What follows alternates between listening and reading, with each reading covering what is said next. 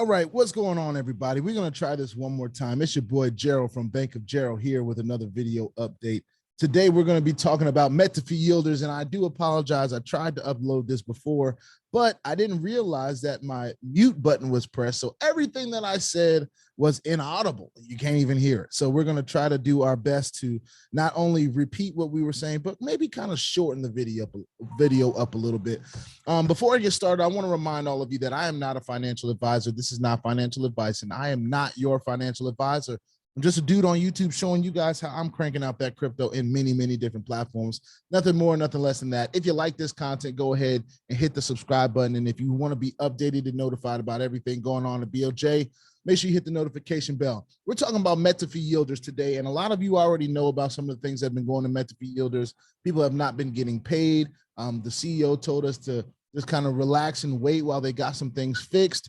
We've been hearing a lot of things about threats being made to Michael Daher and his family. More recently, I received a video yesterday of somebody made of some audio saying that someone has been threatening Michael Daher's daughter, and his legal team has advised him to stop showing his face, to stop putting out announcements, to stop talking, period. They just said, be quiet, right? Now, while that may not be new news, this is what the new news is, all right? Yesterday, I received some notes saying that Metafi yielders has delisted itself voluntarily from Asic, all right? For those of you that don't know, like I didn't know, ASIC stands for Australian Securities and Investments Commission, right? And this is the webpage that was sent to me.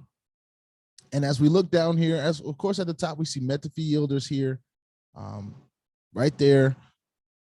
When it was registered, all that great stuff. And then it says application for voluntary deregistration of a company. And that was on the 13th of June. That was just 3 days ago. All right. Not sure that this was completed, but this is not exactly what we were told was going to happen. And to be quite honest with you, it looks like this may be the end of Metafi yielders. Now, I don't know that to be a fact because I haven't heard an official word from Michael Daher, but I'm just kind of putting the pieces together. I mean, we haven't heard from him. There's been threats going out apparently to his family. Even the people that said that they met him in Australia are like scratching their head because they don't understand that he seemed like a really good guy. And I got that same impression. I did not get the impression that he was going to scam us or anything like that, or be out here showing his face to literally everyone.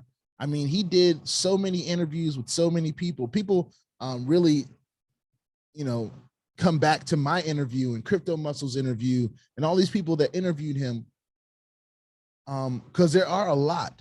So a lot of us had that chance, had the opportunities to ask him the questions that we needed to ask him to feel comfortable. And we asked him those questions. All of us come from different walks of life. All the leaders that were showing this company come from different places and spaces.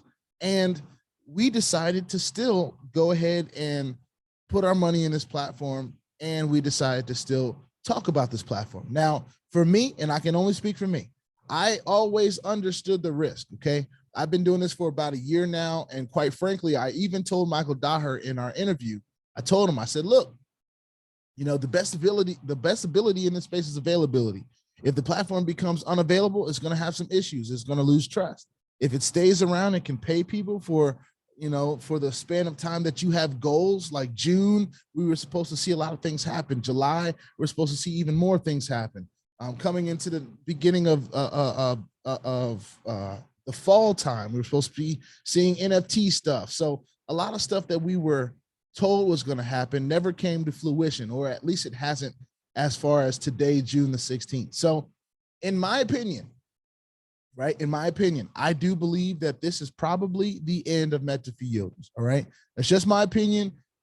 If time tells me any different, then of course we'll come on here and talk about it.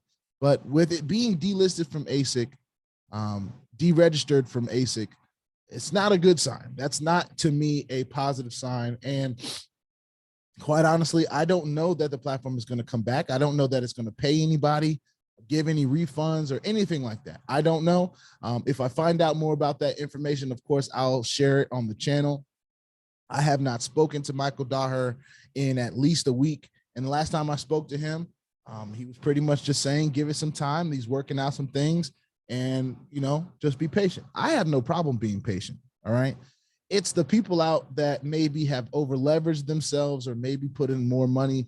You know, I see all the time, every day, oh, I bought a $10,000 plan and now I'm suffering, I'm hurting, you know, and I say this all the time. We never want to put anything into any platform, no matter what they're offering. It doesn't matter what they're offering. If you can't afford to lose it, don't put it in. Because here's the reality of the situation. When things like this happen, nobody's really going to feel that sorry for you. We've been talking about the risks of this space at least for a year.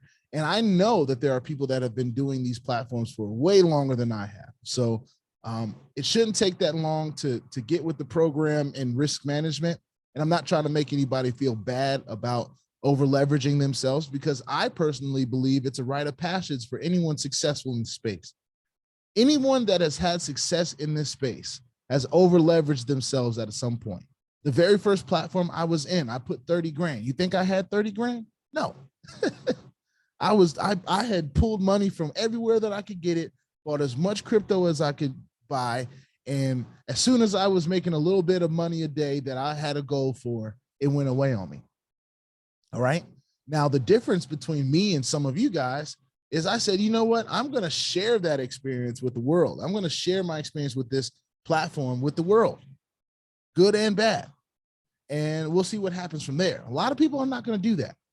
A lot of people are not going to decide to say, hey, you know, I was done wrong in this platform. Something happened to me. I should have known, should have seen these red flags, but I'm not giving up. I'm not quitting.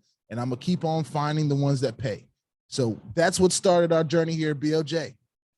This platform could be the start of a few of you guys' journey in YouTube or sharing these opportunities with others. It might be the last time you do it. Let's be real about it. All right. Some people are going to say, you know what? This is it for me. And I don't blame you. All right. There's a lot of risk in this space, and some people don't want to deal with that much risk in their lives, especially when it comes down to their finances. I 100% get it. I don't blame you if this is the last project you do. But I'll tell you right now, it won't be the last project I do. Say what you want about people making referral commissions and all that stuff. I'm building the callus to that because I do the work. And you know, when you work out, you build calluses. So when you're doing the work and you're sharing positive opportunities with people, letting them know the risk beforehand, letting them know that it is their decision to join these platforms, not mine. It's yours. I'm showing you guys what I'm doing. I'm not telling you what. All right. The only thing I tell you guys to do is that if you are going to play in this space, follow the rules. Put your 2FA on everything. All right. Make sure your security is, you know, my Cash App got hacked last night. Crazy. One of the few things I didn't have a 2FA on. I tell y'all to put 2FA on all platforms and wallets, and Cash App is indeed a wallet as well. So it's crazy that happened, but we're getting that worked out. It's not a big deal. They didn't get too much. So that's neither here nor there. This kind of stuff happens, right? Platforms come and they go, all right? It doesn't mean that you can't make money. It doesn't mean that they won't go at least a timing distance for some of us to make our money back. Some of us that get in late and decide that, oh, I'm going to wait around or do this or do that. I need extra convincing, all this different stuff. Those are the people that usually lose. And there's a lot of things that it takes to be successful in this space. All right. So if you're not willing to take the risk going forward, I understand. But if you're even more motivated by this experience because you got to see that it was actually possible for a little while, all right, this platform was indeed paying for a good amount of time, more than most hypes that start at 3%. And, you know, I know it had a 1% plan, but the main thing that people were getting in was at 3.3% at $2,500. And yes, we were told that yield farming is nowhere as near risky when it comes down to making our returns and different stuff like that. But things happen in the crypto space. I mean, who could have thought that Bitcoin would go down the way it has, and Luna doing what it did, and all the different things that happen in the crypto space. So with that being said, I just wanted to let everybody know what I've seen. A deregistration from Asic is a step in the other direction, unless this is to make it a brand new experience, to make it a brand new registration with everything done the right way, this is not a good sign. I have not heard from Michael Daher. So for everyone asking me, I have not heard from him. For everyone asking me for his number, I am not giving it to you. I'm just not doing it because that's an invasion of somebody else's privacy. This man has already apparently received death threats on his family. Some of you may think he deserves it. I don't think anybody deserves a death threat. I don't care what they do. You know, I just, that's just not what I'm cut from. I understand a lot of you are cut from that. So I ain't gonna take nothing away from you. I'm just telling you where I stand. But when we're in this high risk platform space, we all must understand that it is a high risk space and we never want to over leverage ourselves. Okay. Because at the end of the day, when platforms go away, the only person that's going to be looking crazy is you. Only one that has to, you know, go and tell their families that they over leverage themselves on a platform that went away is you. I've had to go do that. I've had to have those conversations. I go and tell my wife, I said, look, you know, I lost some money today. You know, went into a platform and it went away the next day. So it is what it is. We bounce back, we move forward. That's just how I handle things. But I understand a lot of people don't handle things like that. That's okay. You're entitled to handle it the way you want to handle it. I'm just sharing what I have learned, and we'll see what happens. If any positive news comes from this, if anything changes that involves Metafi yielders, then I will definitely do my best to do a video on it because I got skin in the game too, like a lot of you. I've got tens of thousands of dollars. As a matter of fact, I've got over 40 grand in this platform. All right. So with that being said, put your 2FA on all the platforms that will allow you and all your wallets because crypto is indeed the wild, wild west. And if you ain't strapped, you're bound to get hacked. Ask me how I know. It is not very fun at all. If you like this content, go ahead and hit that subscribe button if you haven't already. And if you want to be updated and notified about everything going on here at BOJ, make sure you hit the notification bell as well. I will see y'all on the next daily video. This is Metafi Yielders. Not the greatest news in the world, but I can't say it's too surprising.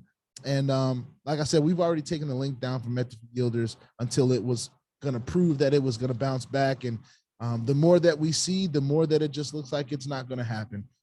I have been informed that because of the threats to Michael Daher's family, that he probably won't be doing any lives or talking to anybody or saying anything much because it sounds like he's trying to protect his family. I don't blame him for that. But at the same time, when you're the CEO of a company, communication is so key, especially when you're dealing with a whole lot of people from all over the world who decided to invest in your platform. So even though we know the risk, right? There's going to be some people pissed off. It is what it is. I don't tell nobody how to feel about it. I don't tell nobody what to do about it. I'm just telling you and showing you what I'm doing about it. And we take a deep breath and we move on over here. All right. With that being said, I'll see you on the next one. Peace out.